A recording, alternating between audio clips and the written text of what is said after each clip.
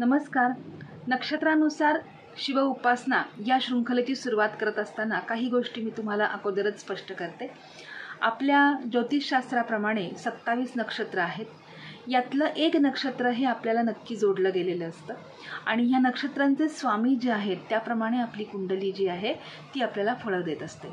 तर आता हे नक्षत्र कसं ओळखायचं, तर तुम्ही जर का एखाद्या ज्योतिषांकडे पत्रिका बघितलेली असेल तर ते नक्षत्र लिहून देतात किंवा तुम्ही एखादी फ्री कुंडली जी गुगलवरती अवेलेबल आहे त्याच्यामध्ये तुमचे डिटेल्स भरले तर तुमचं नक्षत्र कोणतं आहे हे तुम्हाला कळेल. म्हणजे आपल्या जन्माच्या वेळेस जे काही नक्षत्र आकाशामध्ये उदित असतं ते नक्षत्र म्हणजे आपलं नक्षत्र, म्हणजे ते जातकाचं नक्षत्र असं आपण मानतो. आता या इथून पुढच्या भागामध्ये आपण जी काही नक्षत्राप्रमाणे शिव उपासना देत आहोत ती उपासना त्या त्या जातकानेच करायची आहे.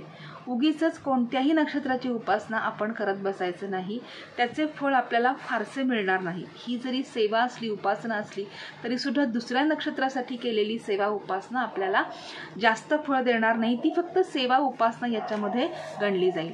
आता याच्यामध्ये मी काही तुम्हाला दानं सांगितलेली आहेत आणि नक्षत्रांप्रमाणे तुम्हाला मी काही मंत्रही सांगितलेले आहेत. नक्षत्राचं दान जे आहे ते शक्य असल्यास दर महिन्याला एकदा करावं किंवा जर नाही जमलं तर 6 महिन्यातून एकदा किंवा वर्षातून एकदा तर करावंच करावं. आणि आपलं जन्मनक्षत्र कोणत्या दिवशी आहे हे आपल्याला घरी कॅलेंडरवरती समजेल आणि त्या दिवशीच शक्यतो हे दान करावं. म्हणजे मग आपल्याला फलश्रुती जी आहे ती चांगल्या पद्धतीने मिळेल. याबद्दल आणखीन काहीही शंका असल्यास डिस्क्रिप्शनमध्ये मी तुम्हाला लिंक दिलेली आहे, त्याप्रमाणे व्हॉट्सअप ग्रुपला जॉईन व्हा. तिथे मी या प्रकारची माहिती अजून देत असते किंवा कमेंट केलीत तरीसुद्धा चालेल. माझा नंबरही इथे तुम्हाला डिस्प्ले होत असतो. त्या नंबरवरती जरी तुम्ही मला व्हॉट्सअपला मेसेज केलात तरीसुद्धा चालेल. तुमच्या सर्व प्रश्नांची उत्तरे मी नक्की देईन.